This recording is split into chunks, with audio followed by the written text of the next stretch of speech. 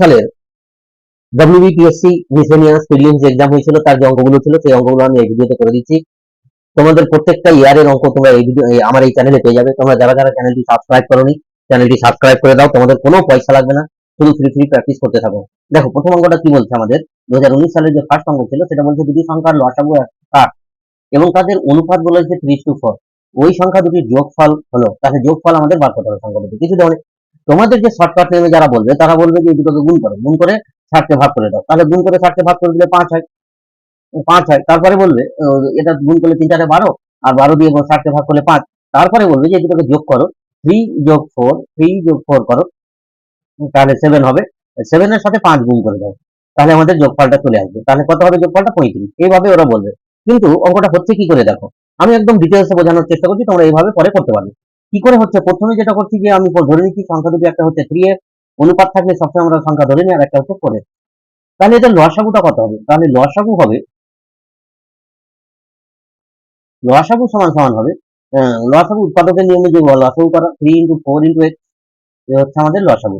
তাহলে লসাগু হয়ে যাচ্ছে আমাদের 12x, 12x হলো লসাগু। এবার লসাগু দেওয়া আছে, তাহলে 12x ইকুয়ালস টু দেওয়া আছে 60, এই যে 60 দিয়ে ভাগ করতে বলছে ওই জন্য 60 দিয়ে ভাগ করতে, 12 দিয়ে ভাগ করতে বলছে। তাহলে x ইকুয়ালস টু হচ্ছে 60/12, তাহলে 5 12 60, তাহলে 5।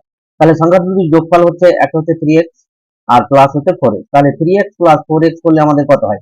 3x প্লাস 4x করলে হচ্ছে আমাদের 7x, আর 7x মানে x এর মানটা বসে দাও, x পেয়েছি 7 × 5, তাহলে কত হয়ে গেল? 35। তাহলে এইভাবে আমরা অঙ্কগুলোকে করবো, আশা করি বোঝা গেল। তাহলে আমাদের আনসারটা হয়ে গেল 35। শর্টও করতে পারো, এভাবে করতে পারো। পরের অঙ্কটা দেখো কি বলছে। পরের অঙ্কটা বলছে একটি আয়তক্ষেত্রের দৈর্ঘ্য 4 সেমি কমানো হলো, 4 সেমি কমানো হলো এবং প্রস্থ 3 সেমি বাড়ানো হয়, তবে একটি বর্গক্ষেত্র পাওয়া যায় যার ক্ষেত্রফল প্রকৃত আয়তক্ষেত্রের ক্ষেত্রফলের সমান। প্রকৃত আয়তক্ষেত্রের পরিসীমা নির্ণয় করো। মানে আয়তক্ষেত্রে আগে প্রথমে আমাকে দৈর্ঘ্য প্রস্থটা বার করতে হবে। তাহলে যেটা আমাদের দেওয়া আছে সেটা হচ্ছে একটা হচ্ছে বর্গক্ষেত্র। কি করে পাচ্ছি? আয়তক্ষেত্রের দৈর্ঘ্যটাকে কমাচ্ছে আর প্রস্থটাকে বাড়াচ্ছে, আর একটা হচ্ছে আমাদের আয়তক্ষেত্র।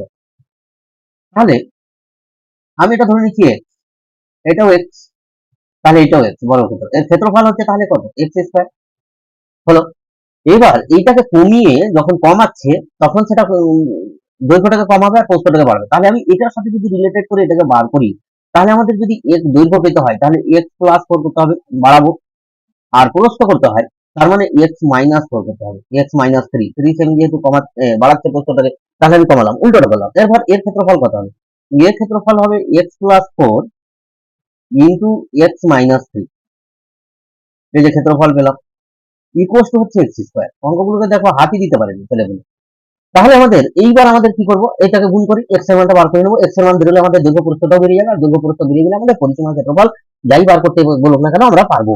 তাহলে -3x, x দিয়ে গুণ করলাম, plus 4x minus 12 equals to হলো আমাদের তাহলে x²। তাহলে x² কাটছিলাম, -3x প্লাস 4x মানে x, আর -12টা আমরা উপরে নিয়ে যাচ্ছি, তাহলে 12। তাহলে আমাদের হয়ে গেল 12। তাহলে দৈর্ঘ্যটা কত হলো? তাহলে দৈর্ঘ্যটা হচ্ছে আমাদের 12 প্লাস 4, 12 প্লাস 4 হচ্ছে আমাদের দৈর্ঘ্য, 12 প্লাস 4 দৈর্ঘ্য মানে কত হলো? 16 হলো আমাদের দৈর্ঘ্য। প্রস্থটা কত হলো? 12 মাইনাস 3 হলো প্রস্থ, 12 মাইনাস 3 হলো প্রস্থ। তাহলে প্রস্থটা হয়ে গেল আমাদের কত? 9। তাহলে এবার পরিসীমা হচ্ছে 2 ইন্টু দৈর্ঘ্য প্লাস প্রস্থ, 2 ইন্টু দৈর্ঘ্য প্লাস প্রস্থ করে নাও, 2 ইন্টু দৈর্ঘ্য প্লাস প্রস্থ। তাহলে 2 ইন্টু দৈর্ঘ্য প্লাস প্রস্থ করলে 9 প্লাস 16 প্লাস 9 করলে হচ্ছে আমাদের 25। তাহলে পরিসীমাটা হয়ে গেল আমাদের কত? 50। তাহলে পরিসীমাটা হলো 50 সেমি। কত সেমি? না 50 সেমি, 76। পরের অঙ্কটা দেখো, একদম সহজ, কিছু নেই, জাস্ট সিম্পলিফাই করলেই হবে। আমি এইটুকু সিম্পলিফাই করে প্রথমে দেখাচ্ছি এটা কত হচ্ছে। তাহলে আমাদের এটা দেওয়া আছে 2x বাই 1 প্লাস 1 বাই 1 বাইরের নিচে কিন্তু আমাদের এটা লস হতে দেবো 1 মাইনাস x। তাহলে এটা হচ্ছে 1 মাইনাস x প্লাস x, তাহলে x x ক্যান্সেল আউট, তাহলে এটা 1 দেওয়া আছে। তারপরের লাইন কি হবে তাহলে? তারপরে ওই এটা তাহলে হচ্ছে 1 বাই 1 মাইনাস x, তাহলে এটা হয়ে যাচ্ছে 2x, আর এইটা হয়ে যাচ্ছে 1 প্লাস 1 বাই 1 মাইনাস x, এটা ঘুরে যাবে, তাহলে এটা হয়ে যাবে 1 মাইনাস x বাই 1, লেখা দরকার নেই, এটাই লিখলাম ইকুয়ালস টু, তাহলে হয়ে যাচ্ছে 1 আমাদের। এটা তাহলে কত হচ্ছে? এইটা হয়ে যাচ্ছে আমাদের তাহলে 2x by 2 minus x, 2 minus x equals to কত হয়ে যাচ্ছে? তাহলে 1। এবার কোনখানে গুণ করে নাও, কোনখানে গুণ করতে জানি। 2x ইকুয়ালস টু কত হলো? তাহলে 2x ইকুয়ালস টু হয়ে গেল তাহলে 2 মাইনাস x, তাহলে এবারে চলে আসছে এক্সটা, তাহলে এবারে আসলে হচ্ছে 2x plus x equals to 2। 2x plus x মানে কত? 3x, তাহলে 3x ইকুয়ালস টু 2। তাহলে এক্স ইকুয়ালস টু কত হলো? তাহলে এক্স ইকুয়ালস হয়ে গেল তাহলে আমাদের 2/3। তাহলে আনসারটা হলো কত? 2/3। আনসার মনেও রাখতে পারো তোমরা, কোনো অসুবিধা নেই। তাহলে এক্স এর মান হলো আমাদের 2/3। এই অঙ্কটা দেখো, সহজ অঙ্ক, কিন্তু যদি তোমরা বড় করে করতে যাও মুশকিল হবে। দুটি সংখ্যা এ ও বি এমন যে এ এর 5% এবং বি এর 4% এর যোগফল, তাহলে এ এর 5% করে নেবো আমরা, তারপরে বি এর 4%, তারপরে বলছি এ এর 5% এবং বি এর 8% এর যোগফলের 2/3 সমান। তাহলে আমরা দেখো কি বলছে, যে এ এর তাহলে 5% মানে 5a, এ এর 5% মানে 5a/100 প্লাস যোগফল বি এর কত পার্সেন্ট? 4%, 4b/100 ইকুয়ালস টু বলছে, আবার বলছে এ 6%, তাহলে 6a/100 প্লাস বি এর 8%, তাহলে 8b/100 করলাম। এটার কত অংশের সাথে সমান? কাটাকাটি কিছু করবো না, কাটাকাটি করতে গেলে আমাদের গন্ডগোলে হয়ে যাবে। তাহলে এটা 2/3, 2/3 সাথে সমান, 2/3 সাথে সমান হয়ে গেল আমার সমীকরণ গঠন। এবার আমরা শুধু 100 গুলোকে নিচ থেকে তুলে দাও, যদি অসুবিধা হয় তোমাদের 100 তুলে দিতে পারো, 100 তুলে অঙ্কটা করতে হবে। তাহলে 100 গুলো তুলে যাবে, ক্যান্সেল হয়ে যাবে, তাহলে আমাদের পড়ে থাকছে এখানে 3, এবারে গুণ হয়ে যাবে, মানে 3 5 15 এ প্লাস 3 4 12 বি, এবারে হয়ে যাচ্ছে তাহলে 6 দিয়ে 12 এ প্লাস 8 দিয়ে 16 বি। আর কোনো কাজ নেই, এটাকে এবারে নিয়ে আসো, তাহলে 15 a minus 12 a equal to 16 b minus 12 b. এইবার তাহলে এবারে হলো 3a বিয়োগ হয়ে গেলে এবারে হয়ে যাচ্ছে তাহলে 4b, তাহলে এ বাই বি এবার আমরা করে নিচ্ছি এ বাই বি, ওখান থেকে বিটা এপারে নামালাম, আর এখানকার 4টা এই 3টা এপারে নামালাম, তাহলে হয়ে গেল। তাহলে এ অনুপাত বি তাহলে কত হলো? এ অনুপাত বি হলো তাহলে আমাদের 4:3। তাহলে কত অনুপাত হলো? 4:3 অনুপাতটা হয়ে গেল আমাদের 4:3, বি একটা হচ্ছে আমাদের উত্তর। পরের অঙ্কটা দেখো কি বলছে, একটি শহরে লোক সংখ্যা প্রতি বছর 5% হারে বৃদ্ধি পায়, 5% হারে। যদি 2001 সালে ওই শহরের লোক সংখ্যা 1,10,250 হয়, তবে 1999 সালে লোক সংখ্যা কত ছিল? এটা হচ্ছে ক্লাস 10 এর সমাহার হ্রাস ও সমাহার বৃদ্ধির অঙ্ক। তাহলে ভালো কথা, এদের ডিফারেন্সটা দেখো কত বছর হচ্ছে? 2 বছর। আমরা ফর্মুলা জানি, ফর্মুলাটা হচ্ছে আমাদের সমাহার বৃদ্ধির পরে যেটা হচ্ছে সেটাকে আমাদের মানে 2 বছর আগে পরে দেওয়া আছে, 2001 দেওয়া আছে, তাহলে আগেরটা যখন আমাদের বার করতে হবে তখন আমাদের এটা ধরে নিতে হবে x। তাহলে x আমি যদি ধরে নিই, তাহলে আমাদের 2001 যে এটা 2 বছর, এটা কিন্তু ডিফারেন্সটা আমাদের 2 বছর আমরা পেয়েছি, ঠিক আছে। তাহলে এটা আগেরটা হবে, আগেরটা যদি x হয় তাহলে x into 1 plus 5/100 whole to the power 2 হবে। এই হচ্ছে আমাদের ফর্মুলা। এবার আমাদের এই অঙ্কটা কাটাকাটি একটুখানি করে নিতে হবে, করে নিলে আমাদের অঙ্কটা হয়ে যাবে। তাহলে এটা হয়ে গেল 250 ইকুয়াল টু হচ্ছে x ইন্টু, এটা কেটে দাও, এটা হয়ে যাচ্ছে 20, তাহলে 20, তাহলে 1 প্লাস 1 এর 20, 1 প্লাস 1 এর 20 যদি হয় তার হোল স্কয়ার আবার, তাহলে এটা হচ্ছে 110250 ইকুয়াল টু x ইন্টু, এটা হয়ে যাচ্ছে আমরা যদি লসও করি এটা হয়ে যাবে 21/20 তার হোল স্কয়ার, মানে দুটো করে আছে। এবার আমাদের x সমান তাহলে কত হবে? x সমান তাহলে আমরা লিখতে পারবো 11025, আর দুটো 20 যেটা ছিল সেটাকে উপরে নিয়ে চলে যাবো, 20 ইন্টু 20, আর দুটো 21 যেটা ছিল সেটাকে নিচে নিয়ে চলে আসবো, এটা উপরে আছে এটা নিচে আসবে, আর এটা নিচেরটা উপরে উঠে যাবে।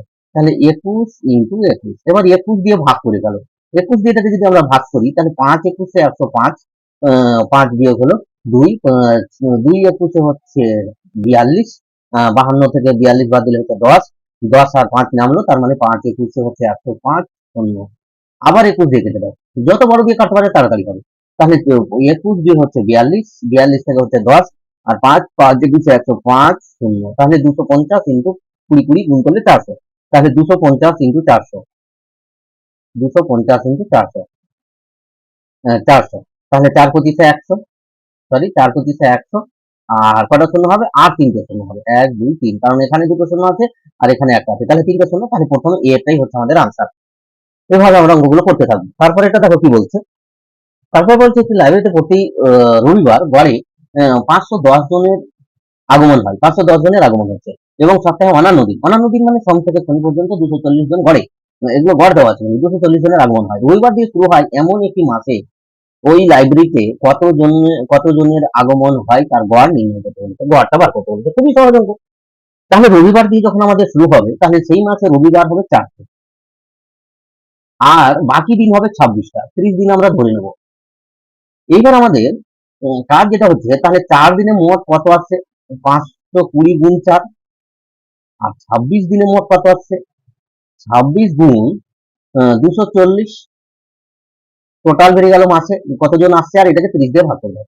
এবার তুমি যদি বলতে যাও যে স্যার আমি কি এইভাবে ভাগ করব, না, আমরা কোনো সময় গুণ করে যোগ করে ভাগ করতে যাবো না পরীক্ষা হলে। এটা দেখতে পাচ্ছি আমি, এটা এই 3 দিয়ে কেটে যাবে 351, এটাও 3 দিয়ে কেটে যাবে 3×8=24, অথবা আমরা সেপারেশন করে নেবো।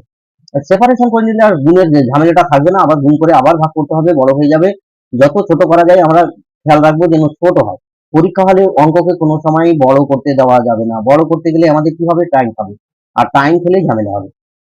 তাহলে এটা 30 হয়ে গেল, শূন্য শূন্য কেটে গেল, 3×8=24, এই দেখো কত সুন্দর কেটে যাচ্ছে। আবার এটা শূন্য কেটে গেল, এটা কেটে যাচ্ছে 3×17=51, তাহলে 4×17 হচ্ছে আমাদের 68, 4×17, আর এখানে 6, 6×48 8, হাতে থাকে 4, আর দিয়ে 16, আর 4 হচ্ছে 20, তাহলে এটা যোগ করলে হচ্ছে 276। তাহলে কতক্ষণ লাগলো ক্যালকুলেশন করতে, 30 সেকেন্ড লাগলো, তাহলে 276 দিয়ে আনসার। এইভাবে আমরা ক্যালকুলেশন গুলো তোমরা শুধু প্র্যাকটিস করো, দেখবে কত সুন্দর লাগবে, একদম সহজ অঙ্কগুলো নেমে যাবে, কোনো অসুবিধা হবে না। একটি পরীক্ষায় একজন ছাত্রকে কোন একটি সংখ্যার 5-এর 16 অংশ নির্ণয় করতে বলা হলো। ভুলবশত ছাত্রটি সংখ্যাটি 5-এর 6 অংশ নির্ণয় করলো। যদি তার উত্তর প্রকৃত উত্তরের চেয়ে 150 বেশি হয়, তবে ওই সংখ্যাটি কত। তাহলে আমাদের সংখ্যাটি যদি আমাদের x হয়, সংখ্যাটি আমি x, তাহলে সংখ্যার 5-এর 16 অংশ মানে হচ্ছে 5x/16, এটা বার করতে বলেছি। আর ভুল করেছে, বার করেছে 5x/6, মানে x এর 5-এর 6 অংশ। তাহলে x এর মানে গুণ, x এর সাথে 5-এর 6 গুণ করলাম, x এর সাথে 5-এর 16 গুণ করলাম।